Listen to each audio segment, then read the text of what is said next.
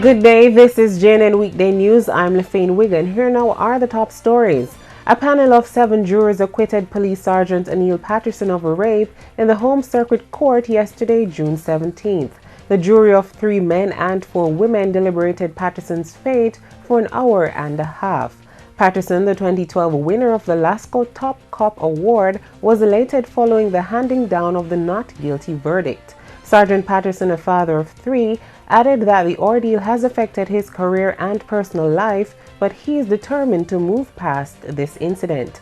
Patterson had been on trial since last week, Thursday, June 12, for allegedly raping a medical doctor on the compound of the Elliston Road Police Station on May 23, 2013, after they reportedly went on a date.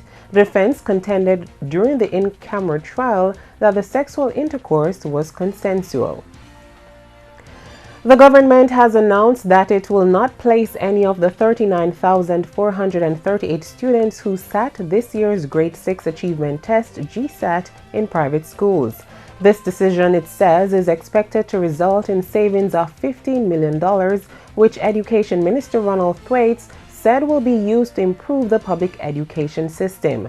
The minister further stated in a press conference yesterday that in addition to not placing students in private institutions this year, a decision was also taken to not send any of the GSAT students to any of the country's all-age schools. Of those students who sat this year's examination, 28,883, or a little over 70%, were able to gain placement at one of their 5 preferred schools, while 10,127 were placed by a computer program to schools in close proximity to their primary schools and to a lesser extent to where they live. A total of 34,804 students were placed in high schools, 3,291 in technical schools, and a little over 1,000 in junior high schools. In light of the proposed legislation by the government to decriminalize marijuana, officials at the Bellevue Hospital say they anticipate an increase in patient visits to the Kingston Health Facility for ganja-related mental illnesses. Following the government's announcement to decriminalize small quantities of ganja, the hospital's Board of Management said that while they support the use of medicinal marijuana, they do not support the amendments to the existing law.